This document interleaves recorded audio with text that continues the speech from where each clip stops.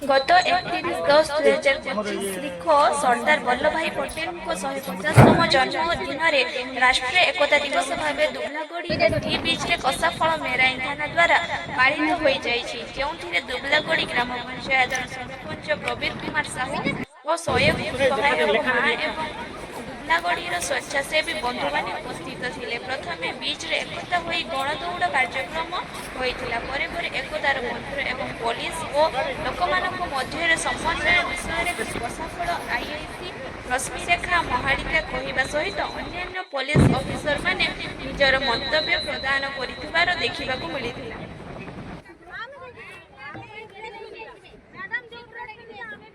जिंदाबाद जिंदाबाद सरदार वल्लभ भाई पटेल अमर रहे, अमर रहे, अमर रहे। सरदार वल्लभ भाई पटेल अमर रहे, अमर रहे, अमर रहे। सरदार वल्लभ भाई पटेल अमर रहे, अमर रहे, अमर रहे। राष्ट्रीय एकता जिंदाबाद, राष्ट्रीय एकता जिंदाबाद, राष्ट्रीय एकता जिंदाबाद, जिंदाबाद।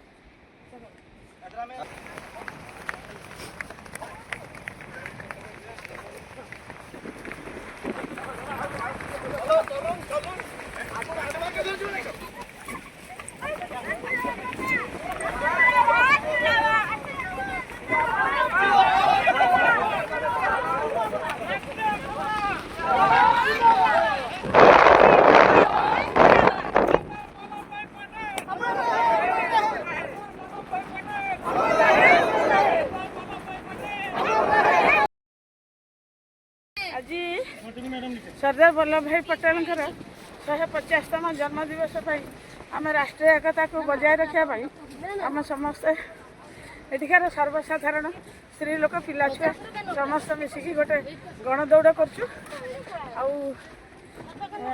यार मुख्य उद्देश्य हूँ आम मान भर आम भारतीय मैंने जमी सब सब समय एकजुट हो एकता ही बड़ समस्ते जानते एकजुट हम जहाँद्वारा कि आम देशर शक्ति को वृद्धि कर।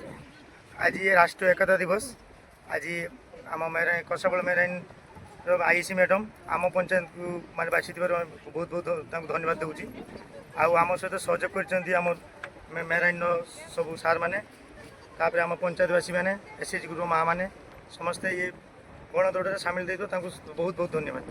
आज यही प्रकार जदि मैडम आमको गोटे यही प्रोग्राम करती आम पंचायत समस्ते एकजुट हो रहा और एकता ही बचाई रहा एकता राष्ट्रीय एकता दिवस हिसाब से आज पालन कर।